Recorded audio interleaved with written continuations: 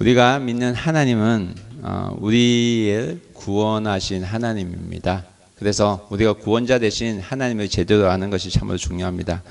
하나님께서는 우리가 하나님께서 어떤 분이신지 정확히 알기를 원하셨습니다. 그래서 오늘 말씀에 하나님께서는 15절 말씀을 통해서 이렇게 소개합니다. 함께 읽어보겠습니다. 함께 읽겠습니다. 나는 여호와 너희의 거룩한 이요 이스라엘 창조자요 너희의 왕이다. 하나님은 어떠신 분입니까? 먼저 하나님은 거룩하신 분입니다. 그리고 거룩한 분이시기 때문에 우리와 구별되신 분입니다. 하나님께서는 우리를 구원하시지만 거룩하신 분이기 때문에 죄에 대해서는 반드시 하나님께서 다루십니다. 그래서 죄에 대한 회개 없이 우리가 하나님 살려주세요 이렇게 해서는 안 됩니다. 하나님께서 이루시는 구원은 거룩하지만 거룩을 잃어버린 이스라엘 백성들이 죄를 깨닫고 회개하기를 원하셨습니다. 그래서 우리가 죄를 회개하고 아버지 하나님께 돌아오면 하나님께서는 우리를 기뻐하시고 또 반겨주십니다. 15절에 하나님께서는 분명하게 나는 여호와 너희의 거룩한 이라고 말씀하셨습니다. 하나님은 거룩하십니다. 그래서 죄에 대해서는 분명히 다루시는 것을 우리가 기억해야 될 것 같습니다. 우리가 죄에 대해서 자유하게 되면 죄를 회개하고 주님께 나아가게 되면 하나님께서는 우리를 새롭게 하실 줄 믿습니다. 그리고 하나님께서 우리의 길을 새롭게 열어주실 줄 믿습니다. 올 한 해도 우리의 길이 새롭게 되고 하나님이 열어주시는 길을 모든 분이 체험하기를 주님의 이름으로 축원합니다. 그리고 하나님은 우리의 창조주라고 말씀하셨다는 것을 우리가 기억해야 됩니다. 창조주는 우리에 대해서 창조주라는 것은 너무나 잘 아시는 분이라는 것입니다. 그래서 사실은 우리 문제에 대해서도 너무나 잘 아시는 분이 하나님이십니다. 사실 나보다 나를 더 잘 알고 계시는 분이 하나님이십니다. 성경은 우리가 태중에 있을 때부터 우리를 알고 계신다고 성경은 설명합니다. 그래서 태중에 있을 때부터 하나님은 여러분을 기억하셨습니다. 믿으십니까? 태중에 있는 사랑하는 자녀들 하나님은 기억하십니다.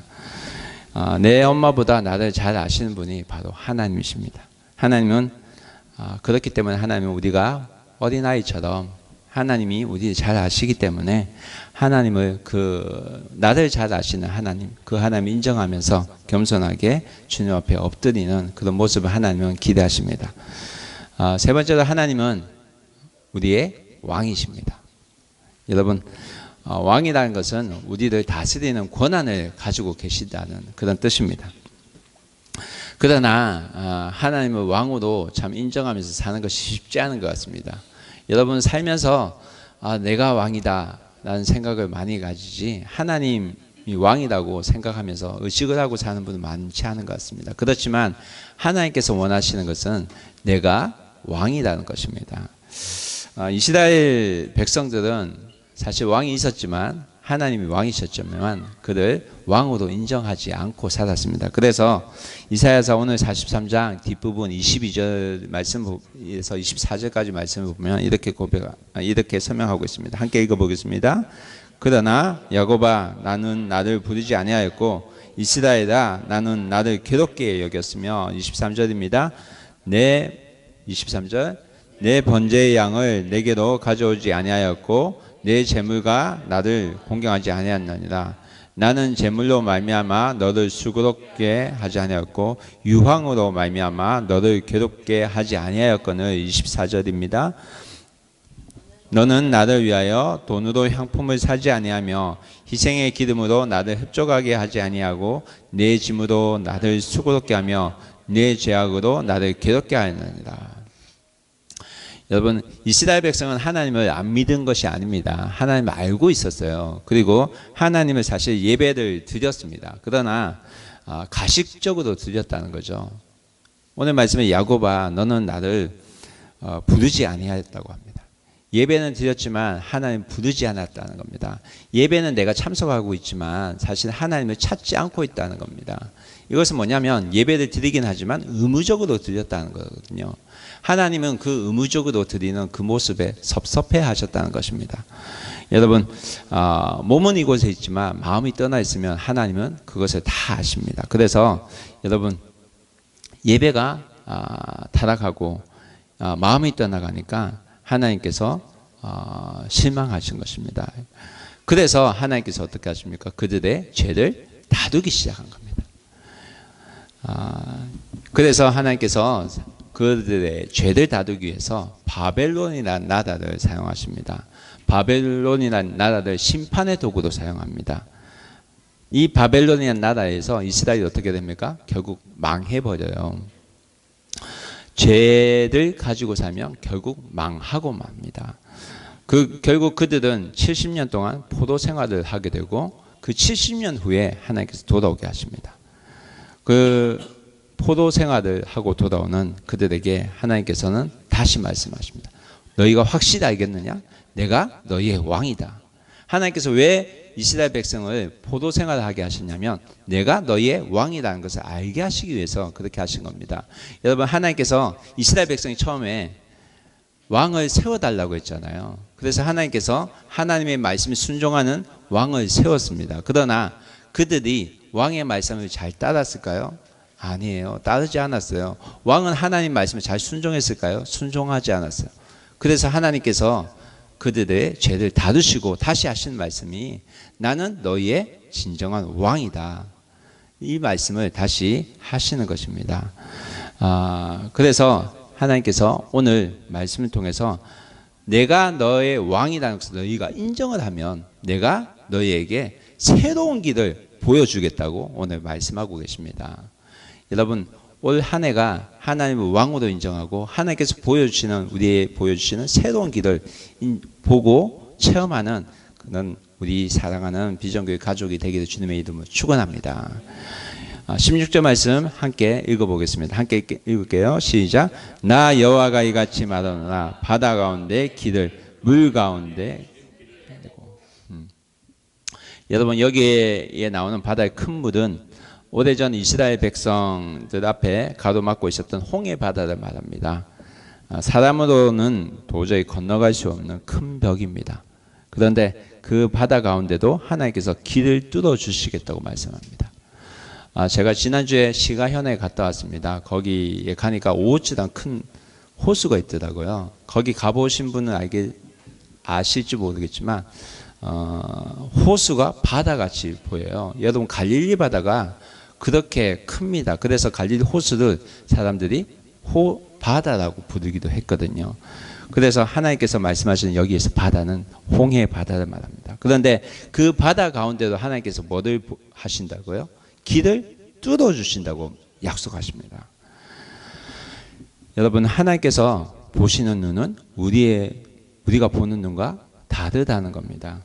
우리는 눈앞에 길이 안 보여요. 바다 가운데 어떻게 길이 날 수가 있습니까? 그렇지만 하나님께서는 하나님께 보는 눈은 뭡니까? 바다 가운데도 길이 있다고 말씀하시는 것이 하나님이십니다. 여러분, 당시 이스라엘 백성들이 바로의 군대들에게 쫓겨서 앞에 홍해 바다가 있고 어떻게 해야 할지 몰랐을 때 최상의 시나리오가 뭐냐면 큰 배가 와서 그들을 싣고 건너가는 것입니다. 그렇지만 하나님께서는 그 바다의 한가운데 길을 내어주셨습니다. 그들이 상상도 하지 못할 그러한 길을 내어주셨다는 사실을 우리는 기억합니다. 여러분, 하나님께서 길을 만드시면 모두가 놀랄 수밖에 없는 길을 하나님께서 만들어 주신다는 것을 여러분 믿으시기 바랍니다. 여러분, 길이 없는 곳을 뚫어 가시는 분이 하나님이십니다. 여러분, 하나님께서 만드시는 길은 길이 보이지 않지만 하나님께서 만드신 길은 지름길이라는 것을 여러분 믿으시기 바랍니다. 하나님께서는 큰 물 가운데 지름길을 낸다고 하셨어요. 지름길. 큰 바닷길을 건너야 하는 그 무서운 길이지만 우리가 생각할 수 있는 길보다 훨씬 빠른 길이라는 사실을 믿으시기 바랍니다. 17절 말씀 함께 읽겠습니다. 함께 읽겠습니다. 다 같이 봉독하겠습니다. 병거와 말과 군대의 용사들 이끌어내어 그들이 일시에 엎드려져 일어나지 못하고 소멸하기를 꺼져가는 등불같이 하였느니라. 여기에서 병거와 말과 군대 외에 그 용사는 홍해 물에 빠져 죽은 이집트 사람들을 말합니다. 이집트 군사들을 말하죠. 여러분, 하나님은 그들이 빠져 죽는 것을 너희가 볼 것이라고 합니다. 하나님께서는 우리가 기적을 그냥 구경하는 사람이 아니라 기적을 체험하고 기적의 주인공이 되기를 원하신다는 사실을 여러분 믿으시기 바랍니다. 그 엄청난 기적을 하나님께서 오늘 다시 말씀하시면서 다시 기억하게 하십니다. 그런데 그 다음 절을 보면 재밌는 구절이 나옵니다. 18절 말씀 함께 읽겠습니다. 시작. 너희는 이전 일을 기억하지 말며 옛날 일을 생각하지 말라. 여러분 말씀 잘 가다가 갑자기 내용이 바뀌어요. 여러분 이 말씀이 이해가 돼요? 하나님이 이때까지 기적에 대한 이야기를 하셨어요. 홍해의 기적을 하나님께서 말씀하셨습니다. 그런데 그 이야기를 말씀해 놓고 지금 하나님이 그것을 기억하지 말라고 하십니다. 기억하지 말라고 하세요. 왜 하나님께서 기억하지 말라고 하셨을까요? 여러분 하나님은 홍해 그 사건이 중요하지 않다는 것이 아닙니다. 앞으로의 올 그 사건이 더 영광스러운 미래 축복을 보여줄 것이라고 하나님께서는 지금 말씀하고 있는 것입니다. 그래서 사실 홍해 사건은 이스라엘 민족에 있어서 굉장히 통쾌한 사건이에요.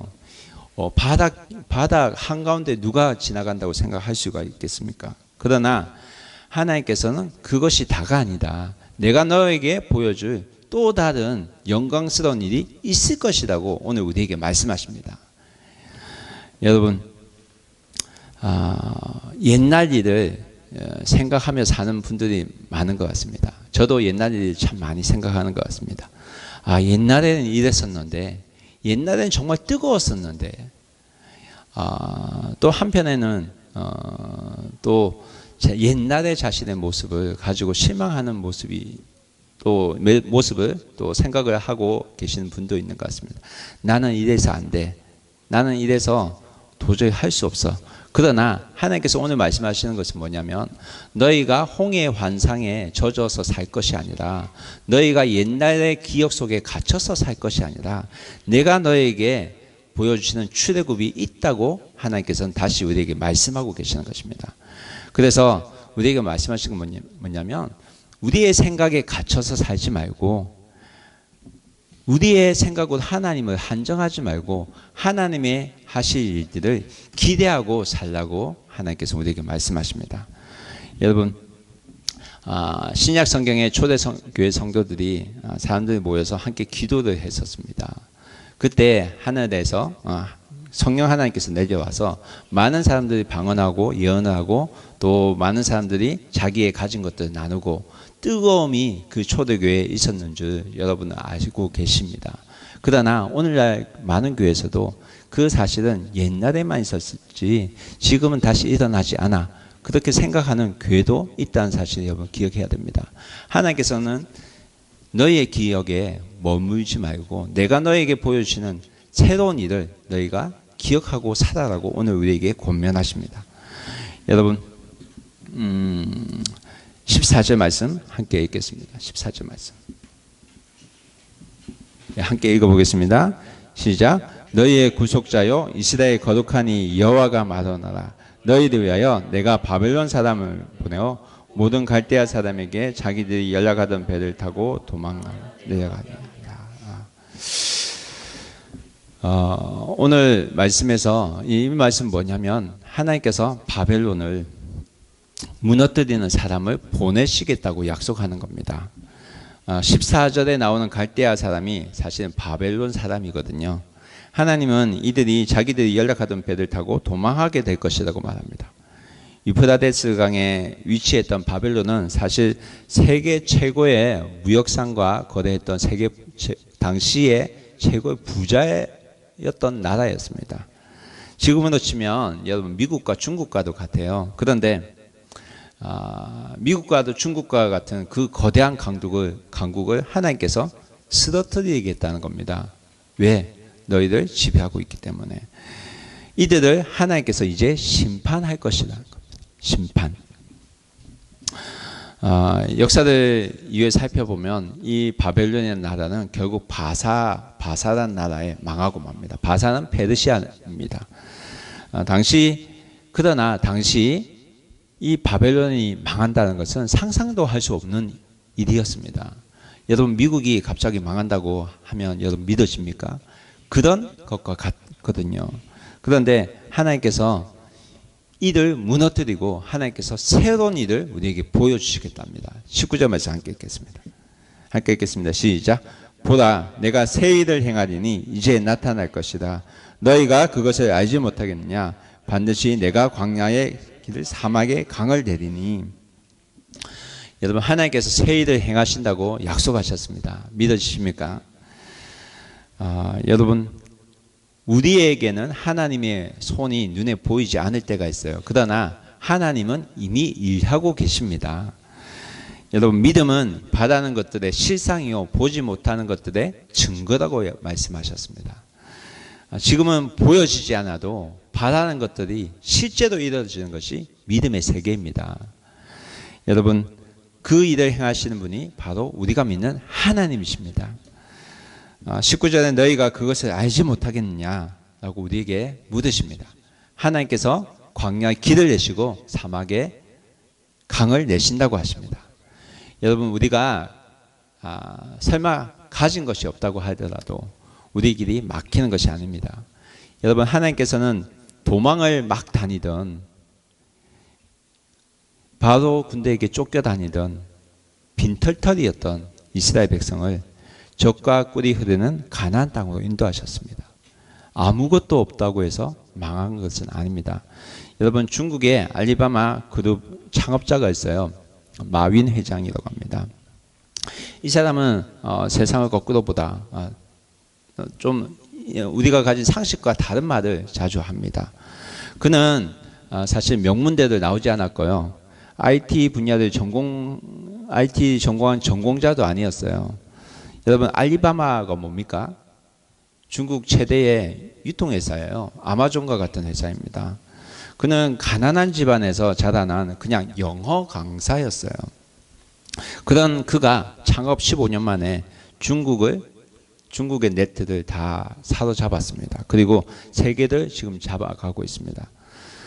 이 마윈 회장이 스탠포드 대학에서 강의를 했어요. 강의를 할 때 아주 재밌는 말을 했습니다. 자신의 성공 비결에 대해서 말했어요. 자신의 성공 비결은 돈, 기술, 계획 이 세 가지를 가지고 있지 않았기 때문이라고 말합니다. 돈이 없으니까 돈을 해결할 수 있는 문제들을 고민해서 아이디어와 노력으로 해결해야 했고 기술이 없으니까 능력 있는 기술자를 존중해 주었고 그리고 계획이 없었기 때문에 변하는 시장에 아주 발빠르게 대처할 수 있는 유연성을 가지고 있었다고 그는 말합니다. 여러분 이 세상에서도 가진 것이 없다고 망하는 것은 아니라고 말합니다. 하나님 앞에서는 오히려 아무것도 없이 시작해야 될 때 우리가 모든 것을 맡길 수가 있는 것을 우리는 경험하게 됩니다. 19절에 하나님께서 다시 19절 말씀 다시 한번 봅시다. 하나님께서 우리에게 뭐라고 말씀하셨습니까? 보라 내가 새 일을 행하리니 이제 뭐 할 것이라고요? 나타낼 것이다. 너희가 그것을 알지 못하겠냐? 내가 반드시 광야에 뭐를 낸다고요? 길을 내고 그리고 사막에 강을 낸다고 합니다. 여러분 야곱은 집을 나와 도망자도 살고 있었던 사람입니다. 형 에서에게 쫓겨서 막 도망가고 다니던 사람이었습니다. 그가 도망자도 살면서 아무것도 가진 것이 없이 살면서 하나님의 약속을 받고 그리고 하나님의 길을 따라다니자 20년 뒤에는 엄청난 부자가 되었습니다. 그리고 수많은 종족을 지닌 아버지가 되었고 가축대를 이끌고 많은 가축을 이끌고 다시 돌아오게 되었습니다. 여러분, 우리가 가진 것이 없다고 하나님께 불평할 필요가 없습니다. 하나님께서는 우리에게 가진 것이 없을 때 더 새로운 길을 내어주실 줄 믿습니다. 여러분, 가진 것이 없었기 때문에 야곱은 더 겸손하게 기도하며 주님 앞에 나아갈 수가 있었습니다. 가진 것이 없었기 때문에 하나님 인도하심을 잘 따를 수 있었고, 가진 것이 없었기 때문에 다른 사람을 더 소중히 여길 수가 있었고, 아무것도 없었기 때문에 주님과 함께 갈 수가 있었습니다. 여러분, 광야에서 하나님 말씀에 순종하며 한 걸음씩 걸어가면 하나님께서 미래의 길을 책임져 주신다는 것입니다. 믿으십니까? 여러분, 내 형편이 어려도, 내가 처한 상황이 어려도 하나님께서 지금 내가 가진 것이 없어도 하나님께서는 반드시 축복의 미래를 우리에게 열어주실 것입니다. 이사야서 55장 9절 말씀 함께 읽겠습니다. 시작. 이는 하늘이 땅보다 높은 같이 내 길은 너의 길보다 높으며 내 생각은 너의 생각보다 높은. 여러분, 올해도 하나님이 기대하고 살아가는 우리가 되기를 소원합니다. 하나님께서 열어주시는 길은 우리가 생각하는 길보다 훨씬 높은 길입니다. 하나님께서 광야의 길을 내어주시고 사막의 강을 내어주시는 최종 목적이 무엇입니까? 21절 말씀 함께 읽겠습니다. 시작. 이 백성은 내가 나를 위하여 지었나니 나를 찬송하게 하려. 여러분, 하나님께서 광야의 길을 내시는 이유 뭡니까? 하나님을 찬송하기 위해서. 하나님을 찬송하기 위해서. 하나님은 우리도 하나님을 찬송하기 위해서 지음받은 존재라고 우리가 설명합니다. 이것은 여러분, 이스라엘 백성에게만 적용된 말이 아닙니다. 이 말씀은 신약에도 나와 있어요. 베드로전서 1장 3절 말씀 함께 읽겠습니다. 우리 주 예수 그리스도의 아버지 하나님을 찬송하리로다. 그의 많으신 긍휼대로 예수 그리스도의 죽은 자 가운데서 부활하게 하심으로 말미암아 우리를 거듭나게 하사 산 소망이 있게 하시며. 여러분, 우리가 찬송할 수밖에 없는 이유는 하나님께서 우리도 거듭나게 하셨기 때문에, 거듭나게 하셨기 때문입니다. 여러분, 거듭나다가 뭐죠? 새롭게 태어나다는 뜻이거든요. 하나님께서 우리에게 새롭게 태어나게 하신다는 것입니다. 여러분, 예수 믿는 믿음을 통해서 내 죄들 대신해서 돌아가신 그 예수님을 나의 구원자로 믿는 그 믿음을 통해서 하나님은 우리도 다시 태어나게 하십니다. 새롭게 태어나게 하십니다. 때문에 우리에게 산 소망이 있다고 우리에게 말씀합니다. 여러분, 우리는 죽은 소망이 아니라 산 소망을 가진 자들입니다. 믿으십니까? 여러분, 우리는 하나님을 찬송할 수밖에 없는 존재입니다. 하나님은 우리 산 소망을 우리에게 주시고 하늘의 유업을 잇도록 하십니다. 베드로전서 1장 4절 말씀 함께 다 같이 읽겠습니다. 시작. 썩지 않고 더럽지 않고 세우지 아니하는 유업을 잇게 하시나니 곧 너희를 위하여 하늘에 간직하신 것이라. 이 세상의 것은 가만히 놔두면 다 썩게 되어 있지만 하늘에 주어진 보물은, 하늘에 간직한 유업은 영원히 썩지 아니하는 영원한 것입니다. 하나님을 찬양하는 이 일을 여러분, 우리만의 잔치로 여겨서는 안 될 것입니다. 이 땅의 모든 사람들이 하나님을 찬양하는 인생으로 바뀌어져야만 합니다. 그래서 올해 저희 교회 표가 호흡 있는 자마다 여호와를 찬양할지어다 입니다. 호흡 있는 자마다 여호와를 찬양할지어다. 우리들만 하나님을 찬양할 것이 아니라 호흡이 있는 모든 자들로 하여금 하나님을 찬양하게, 그렇게 인도하는 비전교회가 되기를 주님의 이름으로 축원합니다. 올 한 해에도 우리 교회를 통해, 여러분을 통해, 또는 저를 통해 하나님을 찬양하는 자가 많이 생겨나기를 주님의 이름으로 축원합니다. 기도하겠습니다.